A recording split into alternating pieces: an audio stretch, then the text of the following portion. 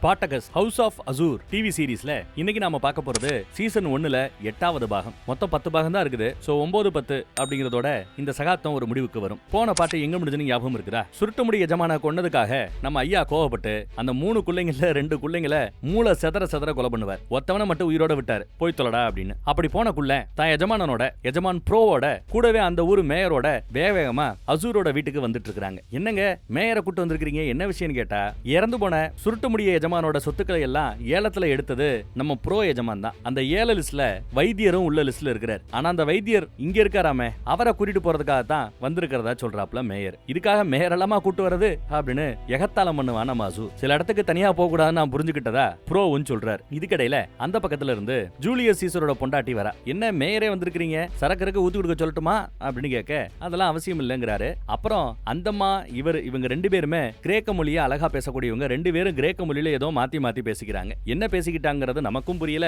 நம்ம எஜமா அசூருக்கும் புரியல. அப்புறம் சரி ஓகே, நம்ம அக்ரிமெண்ட் அப்ப கரெக்டா தான் இருக்குது, நீங்க வந்த வேலையை பாருங்கன்னு சீசர் பொண்டாட்டி கிளம்பிடுச்சு. வைத்தியர் எங்கன்னு மேயர் கேட்க, தாராளமா வாங்கங்கிறாரு எஜமா. ஆனா ப்ரோ முன்னாடி போக மாட்டேங்கிறான். ஐயா கண்ணு முன்னாடி மட்டும் பட்டான் ப்ரோவை ஐயா கொண்டு போட்டுருவாப்ல. அதனால பயந்துகிட்டு என் குள்ளனை அனுப்பி வைக்கிறேன்னு குள்ளனை அனுப்புறதா சொல்றாரு. அகைன் உருவ கேலி நிஜத்துல கூடாது. நாம வேற வழி இல்லாம கண்ணில் பாக்குற அவங்களோட உயரம், கலரு, குண்டா ஒல்லியா, முடி அதிகமா இருக்கா கம்மியா இருக்கா, சிவப்பா இருக்கானா கருப்பா இருக்கானா, இப்படி எல்லாம் வச்சு நம்ம பேர் வைக்க வேண்டியதா இருக்கிறது. ஆனா நிஜத்துல உருவ கேலி தவறு. ரைட், ஸ்டோரிக்குள்ள போலாம். குள்ள எஜமா என்ன மட்டும் தனியா போ சொல்றியா அப்படின்னு பயப்படுறாப்ல. டே குள்ளா பயப்படாரா, உன்னை சேஃபா கூட்டு போறதுக்கு கூடவே என் ஐயாவை அனுப்பிச்சு வைக்கிறேன்டா அப்படின்னு சொன்னதும் அவன் இன்னும் பயப்படுறான். ஏன்னா ஐயாவோட கையில தான் கூட பிறந்தவங்க 2 பேரும் கொலை செய்யப்பட்டானுங்க. பயந்துகிட்டே வராரு வைத்தியரை பாக்குறதுக்காக. என் தம்பிகளோட பாடி எங்க? என்னதான் இருந்தாலும் என் தம்பிங்க மைதானத்துல கிளாடியேட்டரா சண்டை போட்டவனுங்க, அவங்களுக்கு ப்ராப்பரா இறுதி சடங்கு செய்யணும், மரியாதை கொடுக்கணும், பாடியை கொடுத்துருன்னு கேட்கிறாப்லக்குள்ள. ஆனா அதுக்கு ஐயா ஒத்துக்கல. அதெல்லாம் பண்ண முடியாது, நீங்க எவ்வளவு கேடுகட்டத்தனமா ராத்திரி சமயத்துல முதுகுல குத்துறாப்ல சுருட்டுமுடி எஜமானனா கொன்னீங்க, அவரோட சேர்ந்து நான் இந்த ஊரையே காலி பண்ணி போறதா இருந்தேன், என் கனவுல மண்ணள்ளி போட்டீங்கல்ல, உங்களுக்கு அந்த வாய்ப்பு கொடுக்க மாட்டேங்கிறாரு ஐயா. சரி அப்ப என்னையே கொல்லாம உயிரோட விட்ட அப்படின்னு கேட்கறாங்குள்ள. உன் எஜமான்கிட்ட போய் சொல்ல வேண்டாம் நடந்த உண்மைகள் எல்லாம், அதையெல்லாம் நினைச்சு பார்த்து எங்க ஒவ்வொரு நொடியும் தனக்கு மரணம் வருவோம்னு உன் எஜமா பயப்படணும், அதுக்காகத்தான் உன்னை அனுப்பி வச்சதா சொல்றாரு. என் உசுர கொன்னாலும் கூட அதே மெசேஜ் அவருக்கு போய் சேர்ந்திருக்குமே அப்படிங்கிறாங்குள்ள. என்னடா வலிக்குதா? மனசுக்கு விருப்பப்பட்டவங்க செத்து போய் நாம உயிரோட இருக்கிற வலி என்னன்னு இப்போ உனக்கு புரியுதா? என் வலி இப்போ உனக்கு புரியுதுல? என் வலியை உனக்கு காட்டுறதுக்காக தான் உன் கண்ணு முன்னாடி உன் தம்பிகளை கொண்டுட்டு உன்னை உயிரோட விட்டு வச்சிருக்கதா சொல்றாரு. பிளான் பண்ணி தான் அந்த வலியை கொடுத்துட்டு இருக்காரு. இவனுக்கு ரொம்ப ஆக்ரோஷமா இருக்கிறான் குள்ள. நல்ல வாய்ப்பு கிடைச்சா குள்ளனும் பழி வாங்குவான்னு நினைக்கிறேன். இந்த பக்கம் நம்ம எஜமா புலம்பிக்கிட்டே வராரு. அவ ஏதோ கிரேக்க மொழியில பேசினா என்ன பேசினானே புரியலையேன்னு நல்லா திட்டிக்கிட்டே வராரு சீசர் பொண்டாட்டி. ஏன்னா கடைசி நேரத்துல பணம் கொடுக்க மாட்டேன்னு சொல்லி ஏலத்துல இவர் தோத்து போனதுக்கு காரணமா இருந்தது அவதான். ஏலத்துல இவங்கிட்ட தோத்து போன மேட்டர் மட்டும் அந்த பணக்காரன் கிராசஸுக்கு தெரிஞ்சுனா என்ன பத்தி என்ன நினைப்பாருன்னு இவர் வருத்தப்படுறாரு. எஜமா அசூர் வருத்தப்படுறாரு. நீங்க எவ்வளவு கோபப்பட வேண்டிய அவசியம் இல்ல, எல்லா கஷ்டமான காரியங்கள் எல்லாம் நீங்க லெஃப்ட் ஹேண்ட்ல டீல் பண்ணக்கூடிய ஆளு, இதையும் உங்களால பண்ண முடியும்னு நம்பிக்கையோட பேசுறா நம்ம கணக்கு புள்ள அடிமை. நீ சொன்னா சரியா தான் இருக்குங்கிறாப்ல இவரும். நீ என் கூட இருக்கும்போது யானை பலம் இருக்கிறதா ஃபீல் பண்றதா சொல்றாரு. சரி இப்ப நமக்கு வைத்தியர் ஒருத்தவர் தேவைப்படுவாரு, என்ன பண்றதுன்னு முழிக்கும் போது மார்க்கெட் பக்கம் போய் ஒரு நல்ல வைத்தியரா புடிச்சிட்டு வரட்டுமா அப்படின்னு கேட்கிறா கணக்கு புள்ள. ஏன்னா இப்போ வரைக்கும் காயத்தோட யாரும் இல்ல, காயம் வருவதற்கு முன்னாடியே வைத்தியரை தயாரா வச்சுக்கிறது நல்லது இல்லையா அப்படின்னு கேட்கிறா. கரெக்ட் தான் நம்ம ஆளு சந்தோஷப்படுறார். இந்த மாதிரி ஒரு கணக்கு புள்ள கிடைச்சதுக்கு அவர் பெருமிதம் படுகிறார். இங்க ட்ரைனிங்ல பார்த்தா கண்ணத்துல அடி வாங்குறா. மறுபடியும் ட்ரைனிங் எடுங்கன்னு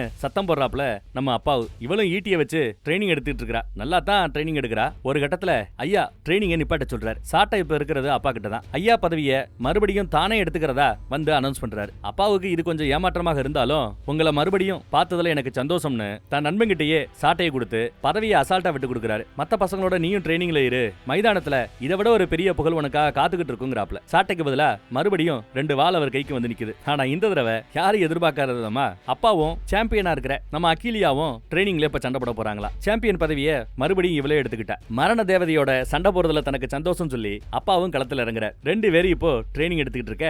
அப்படியே கட் பண்ணி மார்க்கெட் பக்கம் என்ன நடக்குதுன்னு காட்டுறாங்க. மார்க்கெட் பக்கம் அமைச்சரோட பொண்டாட்டியும் புள்ளையும் வந்திருக்காங்க. அம்மாவுக்கு கொஞ்சம் பயமாவே இருக்குது. இந்த தடவை பாதுகாப்புக்கு நிறைய வீரர்கள் இருக்காங்க, இருந்தாலும் பயந்துகிட்டே இருக்கிறா. இந்த அம்மாவோட ஃப்ரெண்டு தானே நம்ம சுருட்ட முடியாஜமா, அந்தால செத்து போன அந்த மரணத்துல இருந்து அந்த பயத்துல இருந்து இந்த அம்மா இன்னும் மீண்டு வரல போல தெரியுது. அதை புரிஞ்சுக்கிட்டு அம்மாவுக்கு கொஞ்சம் பக்கபலமா பொண்ணு இருக்கிறா. அப்ப திடீர்னு சத்தம், என்னம்மா எப்படி இருக்கிறீங்கன்னு. யாருன்னு பார்த்தா நம்ம எஜமா ப்ரோ தான். எப்படி இருக்கிறேன்னு கேட்டா உசுரோட இருக்கிறதா சொல்றாரு. உடனே தான் பொண்ணை கழட்டி விடுது அந்த அம்மா. இவன் கூட கொஞ்சம் தனியா பேசணும், நீ வீட்டுக்கு போ அப்படின்னு சொல்லும்போது, இல்ல நான் உனக்கு துணையா இருக்கிறேமா அப்படின்னு வா பொண்ணு. இருந்தா நல்லா இருக்குங்கிறா நம்ம ப்ரோ. ஆனாலும் அம்மா நீ போறதான் கரெக்டா இருக்கும்னு 2 வீரங்களோட துணையோட பொண்ணை அனுப்பிச்சு வைக்கிறாங்க. உன் பொண்ணு ரொம்ப அழகா இருக்கிறாளே அப்படின்னு ஆரம்பிக்கிறான் ப்ரோ. என்ன அடிக்கடி என்ன ரோட்ல பாக்குறாப்ல தெரியுதே அப்படின்னு இந்த அம்மா விசாரிக்குது. தான் ரொம்பவே காயப்பட்டு இருக்கிறதா சொல்றான். ரொம்ப கோவமா இருக்கிறான். எதுக்குன்னா தனியா நம்ம அசூரை அனுப்பி வைக்கிறதா இவ சொன்ன. அதை நம்பித்தான் இவன் சில பேரை அமுச்சு வச்சான் கொல்றதுக்கு. ஆனா அங்க அசூர் தனியா வராம ஐயாவோட இன்னும் 5 கிளாடியேட்டர்ஸோட வந்து எல்லா பேரையும் கொண்டு போட்டாப்ல. அதனால கோவமா இருக்கிறான். நீ அரேஞ்ச் பண்ண அந்த மீட்டிங்ல எனக்கு ஏகப்பட்ட இழப்பு, நிறைய கிளாடியேட்டர் செத்து போயிட்டாங்க, பதிலுக்கு உனக்கு ஏதாவது நஷ்டப்பட வைப்பேன் அப்படின்னு சொல்லிட்டு போறான். உடனே அமைச்சரை பாக்குறதுக்கு பொண்டாட்டி ஓடியாருது. நான் ஒரு தப்பு பண்ணிட்டேன் அப்படின்னு இவளே ஓப்பனா வந்து சொல்றா. மன்னிக்கிறதுக்கு நேரம் இல்லமா, நான் வேற விஷயமா பிஸியா இருக்கிறதா அமைச்சர் சொல்லுவாரு. இல்ல அதை விட முக்கியமான விஷயம் அவ ஆரம்பிப்பா. கொஞ்சம் கூட நிம்மதியா வேலை பார்க்க விட மாட்டேங்கிறீன்னு அமைச்சர் கோவப்படுறாரு. என்ன பொண்டாட்டிக்கிட்டே இவ்வளவு கோவமா நடந்துக்கிறீங்க அப்படின்னு அப்புறம் விசாரிச்ச பாம்பே கிட்ட இருந்து ரிப்ளை வந்திருக்குதா. கடற்கொள்ளையர்களை ஒழிக்க சொல்லி இவர் ரெக்கமெண்ட் பண்ணார்ல, பதிலுக்கு அவர் கடிதம் போட்டிருக்கிறாராம். பாம்பே எனக்கு வேற வேலை இருக்குது, சீசரோட முக்கியமான வேலையில இருக்கிறேன், பின்னாடி பார்க்கலான்னு ரிப்ளை பண்ணிருக்கிறாராம். சோ தன்னை விட சீசர் எப்படி பாம்பேக்கு இப்போ முக்கியமானவனாக மாறினா அதுதான் இவரோட கோவம் காரணம். சீசர் அங்க போய் என்ன குட்டிகளாட்டா பண்ணிக்கிட்டு இருக்கானோ பாம்பே கூட சேர்ந்துன்னு இவரு பயந்துகிட்டு இருக்காரு அமைச்சர். ஒரு பக்கம் அந்த பணக்காரன் கிராசஸ் என்னோட நட்பு பாராட்ட ஆசைப்படுறான். இன்னொரு பக்கம் இந்த பாம்பே என்ன விட்டு விலகி போயிட்டே இருக்கிறார். என்ன பண்ணணும்னு தெரியலன்னு முழிக்கிறார். இது பத்தாதுன்னு சீசர் வேற கூட இருக்கிறான் பாம்பே கூட. அவன் நோக்கம் என்னன்னே தெரிய மாட்டேங்குது. அமைச்சருக்கு இப்போ என்ன பயம்னா பணக்காரன் கிராசஸ் ஒரு பக்கம் ஆட்சி மேல ஆசைப்படுறான், பாம்பே ஆட்சி மேல ஆசைப்படுறார். இது பத்தாது நம்ம சீசர் வேற உள்ள புகுந்திருக்கிறார். அவனுக்கு என்ன நோக்கம் இருக்குன்னு தெரியல. எனக்கு நாடு நல்லா இருக்கணும், இவங்க 3 பேர் என்ன பண்ண போறாங்கன்னு தெரியலையே அப்படின்னு இவங்க பின்னாடியே திரியறாப்ல இருக்குதுன்னு அமைச்சர் வருத்தப்படுறார். தலை பிச்சுக்கிறாப்ல இருக்குதான். எல்லாத்தையும் கேள்விப்பட்டுட்டு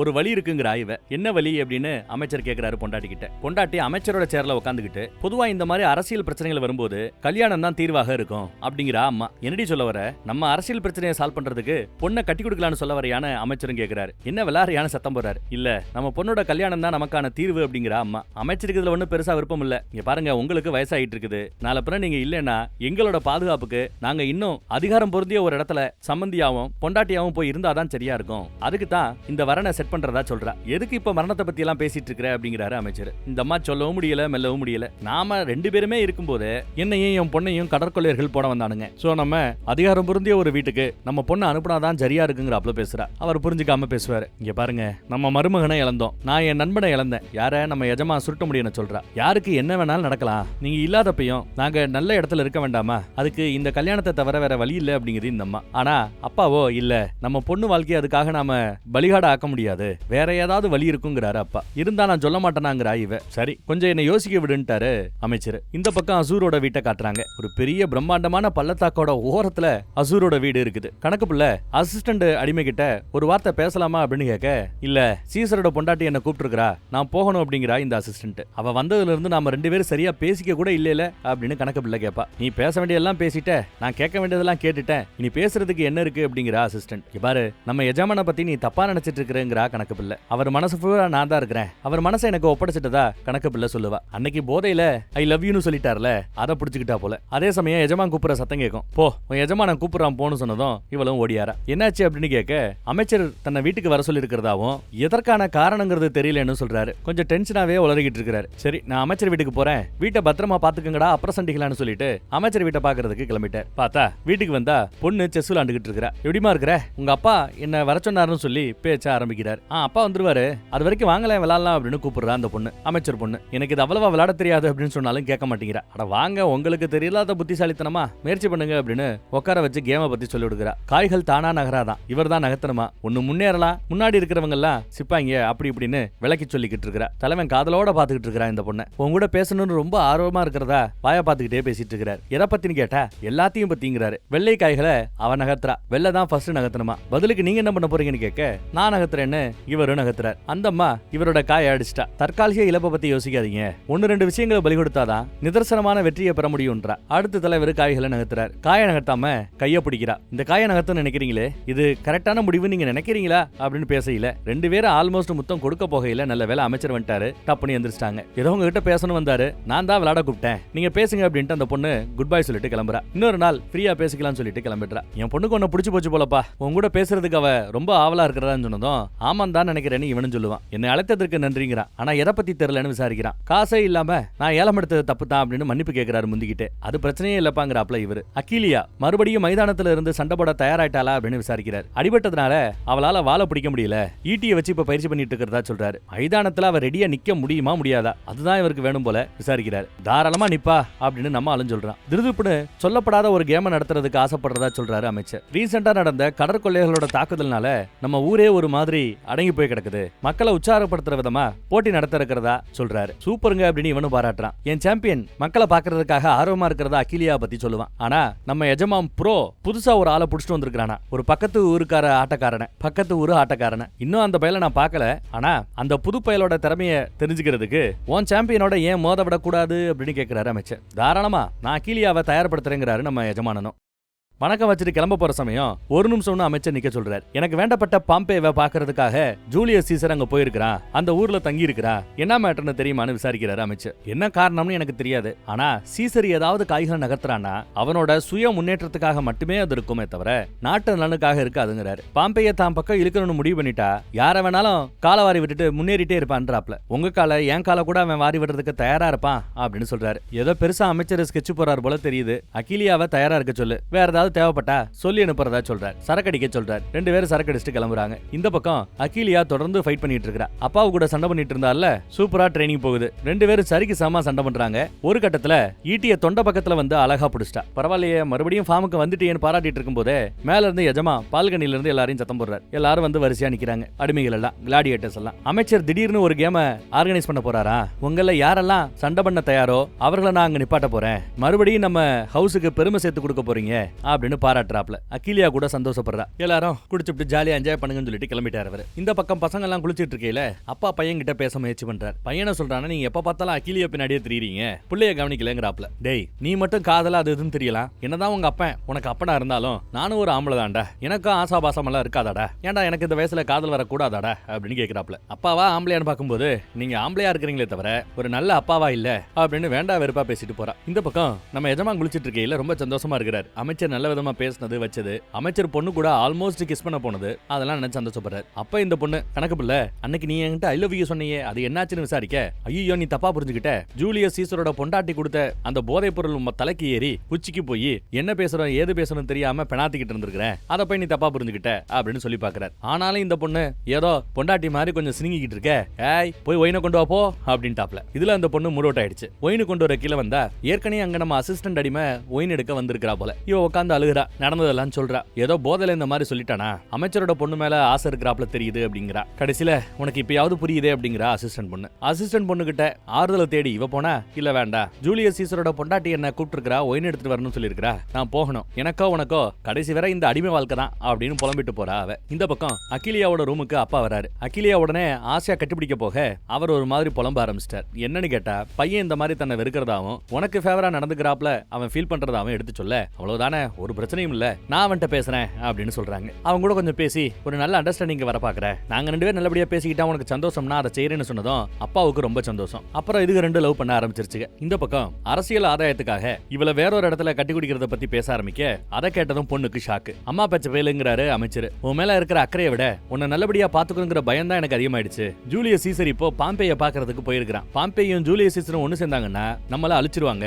பாம்பே கிட்ட ஆல்ரெடி நல்ல பேர் இருக்குது, ஏதாவது ஒண்ணு நம்ம பண்ணி ஆகணுங்கிறாப்ல. வேற திட்டமே இல்லையா, வேற பிளானே இல்லையா அப்படின்னு கேட்டா, அந்த மாதிரி ஒரு பிளானை என்னால போட முடியலமா, எல்லா விதத்துல யோசிச்சு பார்த்துட்டமா, என்ன மன்னிச்சுக்கமாங்கிறாரு. தயவுசெய்து இந்த வர நீ அக்செப்ட் பண்ணிக்கோ, உங்க அப்பனுக்காக இந்த ஒன்ன மட்டும் அப்பாக்காக பண்ணு, இது ஒரு பெரிய பாரம் தான், கணம் தான், நான் புரிஞ்சுக்கிறேன். ஆனாலும் நானும் பலத்த இதயத்தோட தான் இந்த முடிவு எடுத்திருக்கிறேன். தயவு செய்து அம்மா சொல்ற வரனையே கட்டிக்கோ அப்படிங்கிறாப்ல. பொண்ணு ஒரு மாதிரி ஷாக் ஆகி பாக்குறா. இந்த பக்கம் சொன்னாப்லயே பையன்கிட்ட வந்து அகிலியா பேசி பாக்குறா. ஆனா அவன் மதிக்க மாட்டேங்கிறான், எரிஞ்சு எரிஞ்சு விழுகிறான். அவன்கிட்ட பேசி புரிய வைக்க பார்த்தா அவன் இவளோட சாம்பியன் பட்டத்தை புடுங்குறதுலயே குறியா இருக்கிறான். ஒரு பொம்பளைங்கிறதுனால எல்லாரும் வலிய வலிய உங்ககிட்ட பேசுறாங்கிறதுனால தான் உனக்கு இந்த பதவி கிடைச்சதே ஒழிய திறமையில கிடைக்கலங்கிறான். நானும் மைதானத்துல சண்டை போடலையா, என் விரல்களை கைகளை உசுர ஆல்மோஸ்ட் இறக்க போகலையா, அதையெல்லாம் தாண்டின பிறகுதானே எனக்கு இந்த சாம்பியன் பட்டம் கிடைச்சதுன்னு சொல்லி பாக்குறா. ஆனா அதையெல்லாம் தாண்டி உங்ககிட்ட இருக்கிற அந்த பட்டத்தை நான் புடுங்கிடுவேன் அப்படிங்கிறான் இவன். டேய் வேணாண்டா, 2 பேரும் பேசி ஒரு முடிவு எடுப்போம்டா, நாம 2 பேரும் சண்டை போடுறதுல உன் அப்பாவுக்கு விருப்பம் இல்லடான்னு சொல்ல வரும்போது எனக்கே அப்ப இல்லைங்கிற, அப்புறம் என்ன உனக்கு எனக்கு நடுவுல காமன் கிரவுண்டு, எங்க அப்பனுக்கே மரியாதை இல்லைன்னா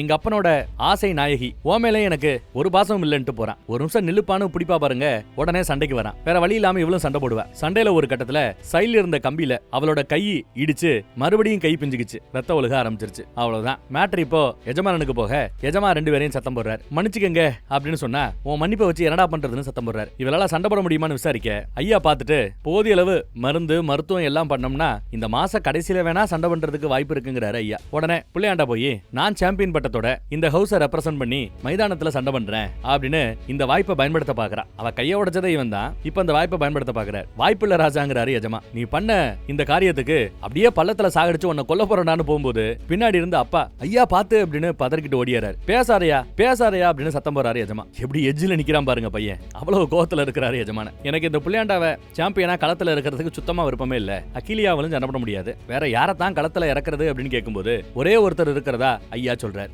யார் அந்த ஒரே ஒருத்தர்னு தெரியல. கட் பண்ணா மைதானத்துல ஒரு குழந்தை ஓடியாந்துகிட்டு இருக்குது சண்டையை பாக்குறதுக்காக. மைதானத்துல ஆல்ரெடி யாருக்கோ சண்டை நடந்துட்டு இருக்குது. கைகட்டி நிக்கிறாரு நம்ம எஜமா. அவளுக்கு திடீர்னு கையில அடிபட்டு போச்சு, அவ வர முடியாம போயிடுச்சுன்னு மன்னிப்பு கேட்டுட்டு இருக்காரு அமைச்சர்கிட்ட. இருக்கிற டிக்கெட் எல்லாம் வித்தது அகிலியா வரப்போறா சண்டை போட போறாங்கிறதுக்காக தான். இப்ப அவ இல்லன்னு சொன்னா என்ன அர்த்தம்னு அமைச்சர் நல்லா திட்டுறாரு. கூட்டத்துல யாராவது அகிலியாவை கொண்டு வராத எஜமானோட ரத்தம் வேணும்னு கேட்டாங்கன்னா எனக்கு வேற வழி இல்ல, ஒரு ரத்தத்தை கொடுக்க வேண்டியதா போயிடும், பாத்துக்கோன்னு மிரட்டிட்டு போறாரு. எல்லாம் அமைச்சரோட பொண்டாட்டிக்கு முன்னாடியே நடக்குது. அப்புறம் அமைச்சரோட பொண்டாட்டி வந்து நீ ஒன்ன கூட உருப்படியா செய்ய மாட்டியாடா, அன்னைக்கு மீட்டிங்க்கு வருவான்னு சொன்னல, அவனை கொண்டு போட்டுருக்க வேண்டாமா, எதுக்கு அந்த எஜமான் ப்ரோ இன்னும் உயிரோட தெரியறான் அப்படின்னு இந்த அம்மா கேக்குது. அடப்பாவி. சோ நண்பன் நம்ம சுருட்டமுடி எஜமானோட சாவுக்கு பழிவாங்கிறதுக்காக வேணும்னே தான் இவ அந்த மீட்டிங்கை அரேஞ்ச் பண்ணி இருக்கா எஜமான் ப்ரோவை கொல்றதுக்காக. அப்பதான் நம்ம அசூர் சொல்றான் அந்த ப்ரோங்கிறவன் வரவே இல்ல, அப்பாயின்மெண்ட்டுக்கு வராத ஒருத்தவனை எப்படி என்னால கொல்ல முடியும், ஆனா அவங்களோட ஆட்களை கொண்டுட்டதா சொல்றாரு. ஏன் தப்பு தான், என் தகுதிக்கும் தராதரத்துக்கும் சம்பந்தமே இல்லாத ஓ மேல நம்பிக்கை வச்சது ஏன் தப்பு தான் அமைச்சர் பொண்டாட்டியும் புலம்பிட்டு போகுது. ஓ அதனாலதான் ப்ரோ இந்த அம்மா மேல கோவமா இருக்கிறான் போல, எஜமான் ப்ரோ கோவமா இருக்கிறான் போல. இவ ஒரு மாதிரி டென்ஷனா இருக்கிறத அமைச்சரோட பொண்ணும் கவனிக்கிறா. மைதானத்துல ரெண்டு வீரர்கள் சண்டை போட்டு கையில அழகா குத்தி கொண்டுறான். கண்ணுல சொருகி கொள்றான் பாருங்க. கூட்டம் ஆர்ப்பரிக்குது. ஜெயிச்சது நம்ம அசூரோட அடிமை கிளாடியேட்டர் தான். அதை பார்த்த நம்ம அமைச்சரோட பொண்ணு ஆக்சுவலி உங்கால தானே ஜெயிச்சிருக்கா, உங்க முகத்துல சந்தோஷம் தெரியலையே அப்படின்னு கேப்பா. உங்க அப்பன் செம டென்ஷன்ல இருக்கிறான், அதுதான் சிக்கலு அப்படிங்கிறாரு இவரு. அப்பா மன்னிச்சுக்கங்க, அப்பா மனசு இப்ப ரொம்ப பாரமா என்ன பண்ணணும் தெரியாம கஷ்டப்பட்டு இருக்கிறதா அப்பாக்காக பறிஞ்சு பேசுவா. அடுத்த சண்டையில யாரு களத்துல இறங்க போறது அப்படின்னு கேட்டா நம்ம எஜமான் ப்ரோ அந்த 3 குள்ளர்கள்ல மூத்தவனை மட்டும் இறக்க போறதா சொல்றாரு. கூட சப்போர்ட்டுக்கு யாரோ இறக்குவார்னு நினைக்கிறேன். ஏன் மத்த பிள்ளைங்க என்னாச்சுன்னு கேட்டா எல்லாம் செத்து போயிட்டதா சொல்றாரு. உன் சார்பா யாருப்பா சண்டை போட போறதுன்னு கேட்க 2 பேரை சொல்றாரு நம்ம எஜமா அசூர். இந்த பக்கம் குள்ளன் சண்டைக்கு வரான். கூட்டமெல்லாம் அவனை பார்த்து சிரிப்பா சிரிக்குது. அசூர் சார்பா ஒரு வீரன் சண்டை போட வந்திருக்கான். இந்த குள்ளனை ஒரு நிமிஷத்துல கொண்டு போட்டுறதா கூட்டத்துக்கு மத்தியில பேசுவாப்ல. அமைச்சர் மேட்ச் ஆரம்ப மாட்டோம்னு சொன்னதும் ஈட்டிய சொல்லிட்டு அடிக்க போறார். பக்கத்துல வரதுக்குள்ள குள்ள வால் எடுத்து வீசுவான் பாருங்க. தொண்டையில வால் இறங்கி சம்பவ இடத்துலயே அந்த வீரன் செத்து போயிட்டான். இதை யாரும் எதிர்பார்க்கல. அந்த வீரன் செத்து போயிட்டான். அப்புறம் எல்லா பேரும் இவனை பார்த்து ரசிக்கிறாங்க, சிரிக்கிறாங்க, கொண்டாடுறாங்க. அந்த பயல அமைச்சர் வாய் விட்டு சிரிக்கிறாரு. இதை யாரும் எதிர்பார்க்கல. இந்த பக்கம் நம்ம ஐயாவை பார்த்து ஆட்கள் நீ எத்தனை பேர் வேணாலும் அனுப்பு, அவங்களையும் கொல்லு வேணும் கத்துறான். சீசர் பொண்டாட்டி கூட இந்த ரிசல்ட்டை நான் எதிர்பார்க்கலையப்பா அப்படின்னு ஆச்சரியப்பட்டு போச்சு. இந்த குள்ளே சாகணும்னு சொல்லிதான் தனியா சண்டை போறதுக்காக எஜமான் ப்ரோ உள்ள அமிச்சது. ஆனா அவன் உயிரோட இந்த மாதிரி கெத்து காட்டுவான்னு எதிர்பார்க்கல. மேபி இவனை வச்சுக்கிறதா நல்லது போல அப்படின்னு எஜமான் ப்ரோ கூட சொல்றாரு. அடுத்து மலமாடு மாதிரி ஒருத்தர் வந்து டெட் பாடியை இழுத்துட்டு போயாச்சு. சோகமா இருக்கிற அமைச்சர் பொண்ணை பார்த்துட்டு இந்த ஒரு தோல்வியை பார்த்துட்டு நீ கவலைப்பட வேண்டாமா, பின்னாடி நிறைய வெற்றிகள் வரும்னு சொல்லும்போது கூட அவ முகத்துல சந்தோஷம் இல்ல. அவ ஒரு மாதிரி காதல் தொழிலே பேசிட்டு இருக்கா. என்ன ஆச்சுன்னு விசாரிக்கிறான். இவ என்ன சொல்லணும்னு தெரியாம என்ன மன்னிச்சிருங்க அப்படின்னு அங்க இருந்து கிளம்ப ஆரம்பிச்சிட்டா. இதையெல்லாம் நம்ம கணக்கு பிள்ளை அடிமையும் கவனிச்சுட்டு தான் இருக்கிறா. இந்த பக்கம் அடுத்து பையன் சண்டைக்கு களத்துல இறங்க போறான் போல. அப்பா நான் சொல்லி கொடுத்ததெல்லாம் ஞாபகம் வச்சுக்கோ, கரெக்டா சண்டை போடு, இந்த போட்டியில ஜெயிச்சேன்னா மேபி எஜமா உன் மேல கருணை காட்டுறதுக்கு வாய்ப்பு இருக்குங்கிறாப்ல. அப்பா நீ என்னோட இறந்த காலம்னு சொல்லிட்டு அப்பாவை மதிக்காம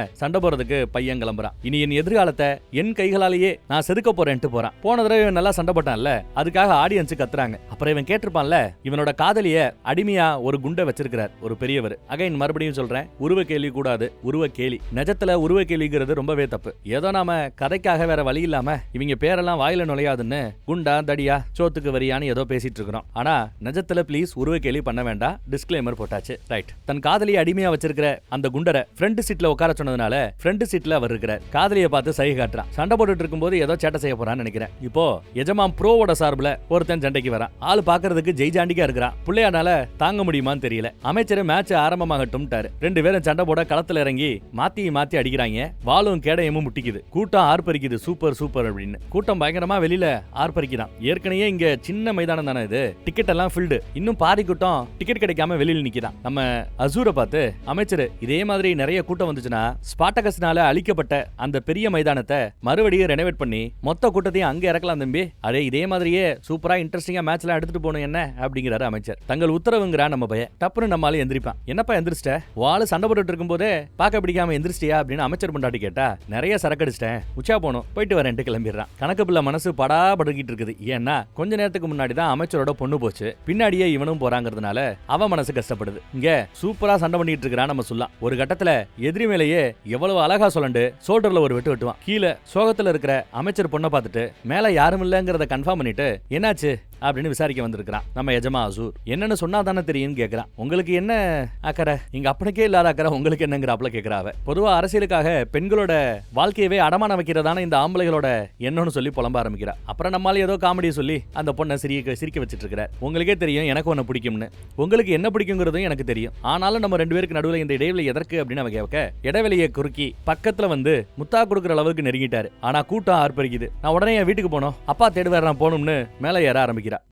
நீங்க சோகமா இருக்கிறதுக்கான காரணத்தை இன்னும் சொல்லலையேன்னு நிப்பாட்டி கேட்கும்போது, எனக்கு கல்யாணத்தை வீட்டுல பேசி முடிச்சிட்டாங்கன்னு குண்ட தூக்கி போடுறா அவ. இல்லம்மா, ஏதோ சீசருக்கு வேண்டப்பட்ட ஒரு வரனை தானே உங்க அம்மா பார்த்து வச்சிருந்துச்சு, அந்த வரன் வேண்டான்னு நான் எப்பவும் உங்க அப்பா கிட்ட சொல்லிட்டேன், உங்க அப்பாவும் சரின்னு சொன்னாருன்னு சொல்லும்போது, இல்ல அந்த வரனை பத்தி எங்க அப்பா அம்மா இப்ப பேசல. என்ன அந்த பணக்காரர் கிராசஸை எதிர்த்து ஆட்சியை பிடிக்கிறதுக்காக உள்நாட்டு போற ஆல்மோஸ்ட் கொண்டு வந்துகிட்டு இருக்கிறான்ல பாம்பேன்னு ஒருத்தன், அந்த ஆளுக்கு என்ன கட்டி வைக்கிறதுக்காக முயற்சிகள் நடந்துகிட்டு இருக்கிறதா குண்ட தூக்கி போடுறா. கேட்டது நம்ம எஜமா அசூர் அடர்ந்து போயிட்டான், மேரண்டு போயிட்டான். ஜூலியஸ் சீசர் ஒருவேளை பாம்பே கிட்ட இப்ப போய் பேச்சுவார்த்தை நடத்திட்டு இருக்கான்ல, எதுக்கு சண்டை போட்டுக்கிட்டு நாம ரெண்டு பேரும் ஒன்னா சேர்ந்து நாட்டை ரெண்டா பிரிச்சுக்கலாம், ஆட்சி பண்ணிக்கலான்னு அவங்க ரெண்டு பேரும் சேர்ந்து முடிவெடுத்துட்டா ரோம சாம்ராஜ்யத்துல இப்போ அமைச்சரவைன்னு ஒண்ணு இருக்கும். அந்த அமைச்சரவையே கலைச்சிருவாங்க. அப்புறம் என்னோட அப்பா அமைச்சரா இருக்கிறதுக்கே தகுதி இல்லாம போயிடும். அதனால அவங்க ரெண்டு பேரும் ஒன்னு சேர கூடாதுங்கிறதுக்காக பாம்பேக்கு என்ன கட்டி வைக்க பாக்குறதா குண்ட தூக்கி போடுறா. தயவு செய்து அந்த வரனுக்கு நீ ஒத்துக்காத, பாம்பேயே கட்டிக்காத.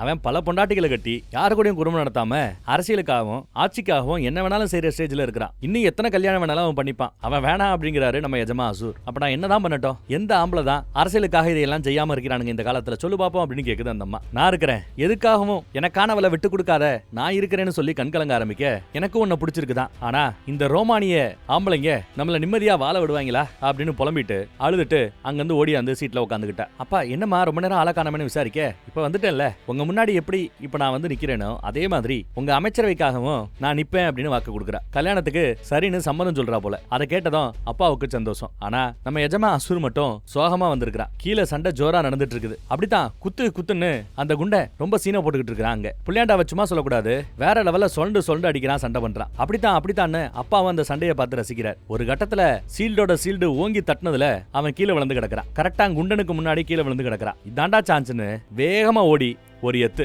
நெஞ்ச சேர்த்து எத்துனதுல கரெக்டா சுவத்துல மோதி விழுகிறான். அதே சமயம் கூட இருக்கிற அந்த காதலி அடிமை குண்டனை லைட்டா தள்ளி விட்டுறா, யாருக்கும் தெரியாம. சோ தெரியாதனமா ஆக்சிடென்டா குண்டன் கீழே விழுந்தாப்ல ஆயிடுது. ஐயோன்னு எல்லாரும் பார்த்து பதறுவாங்க. ஆனா சுவத்துக்கிட்டே நம்ம புள்ளையாண்டா ஓடி போய் நிக்கிறான். வம்புக்குன்னு மேட்ச் நிப்பாட்டுங்கன்னு மேல இருந்து கத்துறாங்க. ஆனா ரெண்டு பேருமே மேட்ச் நிப்பாட்டுறாப்ல தெரியல. மேல தூக்குன்னு கத்திக்கிட்டு இருக்கிறான் குண்டன். பையன் சரியான தருணத்துக்காக காத்துட்டு இருக்கிறான். எதுக்க எஜமான் ப்ரோவோட ஆளு வெட்டுறதுக்காக வாழை வீசுவான் பாருங்க.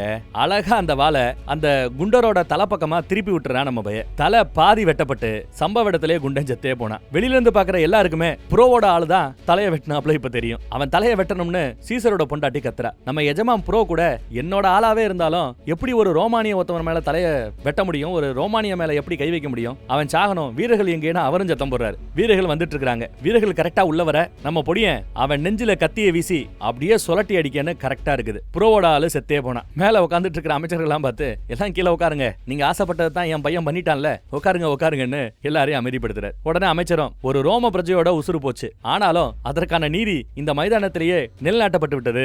நீதியை கொடுத்த நம்ம அசூரோட ஹவுஸுக்கு நாம மரியாதை செலுத்தணும்னு சொன்னதும் எல்லா பேரும் அசூர் வாழ்கன்னு கோசம் போடுறாங்க. சுல்லாம் பிளான் பண்ணதை சூப்பரா பண்ணி காமிச்சிட்டான். காதலி அப்படியே காதலோட பாக்குறான். இவங்க திட்டத்தை யாரும் கவனிக்கல. சூப்பர்னு நம்ம முடியும் பாராட்டுறான் புள்ளைய. அப்பாவும் உன் வெற்றி சூப்பர்ரா அப்படின்னு பாராட்டுறாரு. உங்க பாராட்டு எனக்கு தேவையில்லை, நீங்க தானே சாம்பியன், போங்க உங்க சாம்பியன் வேலையை பாருங்கன்னு புலம்பிட்டு போறான். அவங்க அகீரியாவுக்கு அப்புறம் அந்த சாம்பியன் பதவிக்கு இருக்கிறதுக்கு ஒரே ஒரு தகுதியோரையா இருக்கிற ஆள் யாரு அப்படின்னு நம்ம ஐயா கிட்ட கேட்கும்போது ஒரே ஒருத்தன்னு சொன்னாப்ல. அந்த தகுதியான ஆள் வேற யாரும் இல்ல, இந்த அப்பா தான் போல. அவர் தான் இப்போ அசூரோட இந்த வீட்டின் சார்பா சாம்பியனா இப்போ களத்துல இறங்க போறது. நல்லபடியா சண்டை பண்ணுங்கிறாரு ஐயா. ஆனா இந்த இடத்துக்கு சொந்தக்காரி அகீலியா தானே அப்படின்னு இவன் சொல்லுவான். அவளுக்கு தான் அடிபட்டு இருக்குதுல, இந்த நாள் உனக்கான நாள், போ களத்தை இறங்கு சண்டை பண்ணு அப்படின்னு 2 வாழை கொடுக்கிறாரு ஐயா.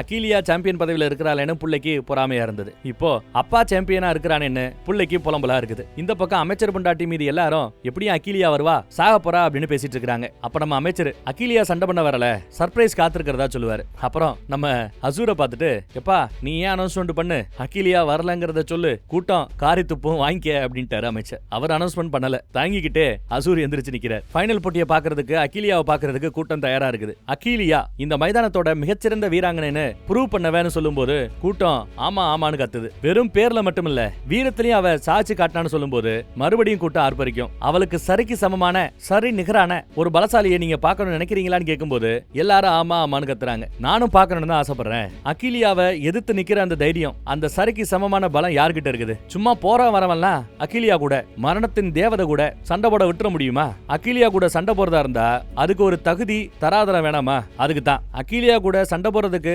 தகுதி இருக்கான்னு செக் பண்றதுக்காக அகிலியாவுக்கு அடுத்த லெவல் வீரனா இருக்கிற இந்த அப்பனை இறக்கி விடுறேன் அப்படின்னு களத்துல இறக்கி விடுறாரு. கூட்டெல்லாம் கத்தும். அகிலியாவை பார்க்க முடியலையே, பூ பூ பூன்னு கத்தும். அகிலியா எங்க, அகிலியா எங்கன்னு கத்துது. காரி துப்பாத குறைதான். அப்புறம் எஜமான் ப்ரோவோட சார்பா சண்டை போறதுக்காக வெளியூர் ஆட்டக்காரனா அவர் கொண்டு வந்திருக்கிறாராம். அவன் பேர் என்னன்னு கூட எனக்கு தெரியல, டைனோசரா ஏதோ பேர் சொன்னாங்க. கூப்பிடுங்கப்பா அவனை, என்ன பிடுங்க போறான்னு பாப்பம்பா அப்படின்னு சத்தம் போடுறாரு. அவனும் ஒருத்தன் வராங்க. அவனை பார்த்ததும் அப்பனோட முகம் மாறுது, நம்ம எஜமா அசூரோட முகம் மாறுது, அமைச்சரோட முகம் கூட மாறுது. என்னடான்னு பார்த்தா நம்ம அகிலியா மாதிரியே ஒரு பொண்ணை களத்துல இறக்கி இருக்கிறாரு நம்ம ப்ரோ. என்னையா நடக்குதுங்க, இன்னொரு பொம்பளை இறக்கி விட்டுருக்கிற அப்படின்னு அமைச்சர் கோவப்பட்டாலும் மன்னிச்சுக்கங்க, இந்த க்ரௌடுக்கு ஒரு பெண் வீராங்கனை தானே இப்ப வேணும். அகிலியா இல்ல, பதிலுக்கு ஒருத்தி இறக்கி இருக்கிற, சந்தோஷப்படுங்கிறாப்ல. இதை யாருமே எதிர்பார்க்கல. கூட்டம் ஒரு பெண் வீராங்கனைய பார்த்ததும் ஆர்ப்பரிக்க ஆரம்பிச்சிருச்சு. அவ என்னதான் லேடியா இருந்தாலும் ஆளை பார்த்தா ஆம்பளை மாதிரி பயங்கரமா இருக்கிறா. கூட்டம் கத்த ஆரம்பிச்சிருச்சு. ப்ரோ சிரிக்கிறான். ஆரம்பிக்கட்டும்ட்டாரு எஜமா அசூர். போச்சு போ, என்ன பண்ண காத்திருக்காலோ தெரியல. கையில 2 வாள் வச்சிருக்கா, நம்மளும் 2 வாள் வச்சிருக்கான். முதல் தாக்குதல அவன் தான் தொடுக்க முயற்சி பண்றான். பையன் சண்டைய பார்க்க மாட்டேன்னு சுவத்துக்கு பின்னாடி ஒளிஞ்சிட்டு இருக்கான். அவ சுவத்துல எல்லாம் ஏறி சண்டை பண்ண ஆரம்பிக்கிறா. ஒரு கட்டத்துல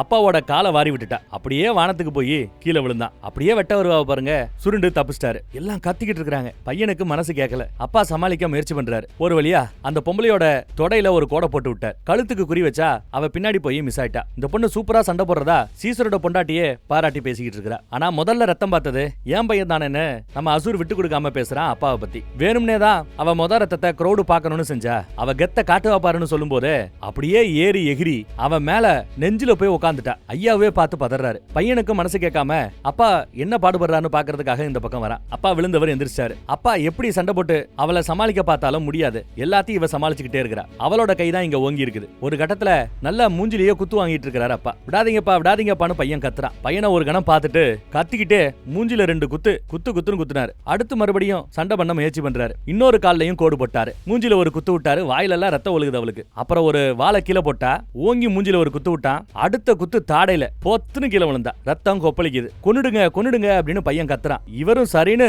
ஓங்கி வெட்ட போனா குறுக்கால வாழை கொடுத்து எஸ்கேப் ஆகி ஜம்முன்னு மேல ஏறி நிக்கிறா. ஒரு கட்டத்துல 2 வாளாலையும் அவளோட வாழை தள்ளி விடகையில வாழு கீழே வர வசதியா போச்சு அவளுக்கு. வயித்துல ஓங்கி ஒரு சொருகு சொருகிட்டா. அந்த நிலைமையிலையும் அப்பா சண்டை போட வர இன்னொரு வாள் எடுத்து இன்னொரு இடத்துல சொருகிட்டா. அவ்வளவுதாங்க, அப்பாவோட சொல்லி முடிய போகுது. சாகுற தருவாயில தான் புள்ளைய பாக்குறாரு அப்பா. அப்படியே இவ தூக்கி அப்பனை வாள் குத்துன நிலைமையில 8 அடி உயரத்துக்கு தூக்கி அசிங்கப்படுத்துறா அவ. கணக்கு பிள்ளையாலையும் அதை பார்க்க முடியல, ஐயாவாலையும் பார்க்க முடியல. அப்புறம் கீழே இறக்கி முண்டி போட வச்சு உட்கார வச்சுட்டா. இன்னும் அவர் உசுறு போகல. பிள்ளையவே பார்த்துட்டு இருக்கிறார். அவ என்ன பண்ண போறாங்கிறத அவர் புரிஞ்சுக்கிட்டார் போல. கழுத்துல இருந்து 2 பக்கமும் கத்திய வச்சு சலட்டுன்னு ஒரு இறக்கு. மேயரு சீசரோட பொண்டாட்டி இதெல்லாம் பார்த்து ரசிக்கிறாங்க, கைத்தட்டி சிரிக்கிறாங்க. அப்படியே அப்பாவோட உசுறு போயிடுச்சு. முன்னாடி மண்ணுல விழுந்தாரு, வீழ்ந்தாரு. கூட்டம் ரோம சாம்ராஜ்யமே ஆர்ப்பரிச்சுக்கிட்டு இருக்குது இந்த சண்டையை பார்த்து. அவங்களுக்கு இது பொழுதுபோக்கு. ஆனா அடிமைகள் வாழ்க்கையை வாழ்ந்துகிட்டு இருக்கிற நம்ம கிளாடியேட்டர்ஸ்க்கோ இது உசுறு பிரச்சனை. அப்பா இறந்து போயிட்டார். பையன் இந்த செல்லுக்குள்ள இருந்து அதை கண்கொட்டாம பாத்துக்கிட்டு இருக்கிறான். எஜமா ப்ரோ சந்தோஷப்படுறார், அமைச்சர் சந்தோஷப்படுறார். ஆனா அமைச்சர் பொண்ணு வருத்தப்படுது. நம்ம அசூர் வருத்தப்படுறான். அகிலியா இல்லங்கிற குறையே இல்லாத மாதிரி கூட்டம் கத்துது. சந்தோஷம் சந்தோஷம். கூட்டம் ஏமாற்றம் இல்லாம போனா சந்தோஷம் சொல்லிட்டு அமைச்சர் கிளம்பிட்டார். அப்பா இறந்து போறத பார்த்து பையன் அழுகிறான். அமைச்சரோட பொண்ணு கூட நம்ம அசூரை பார்த்துட்டு இது தற்காலிக தோல்விதான், நிரந்தர வெற்றியை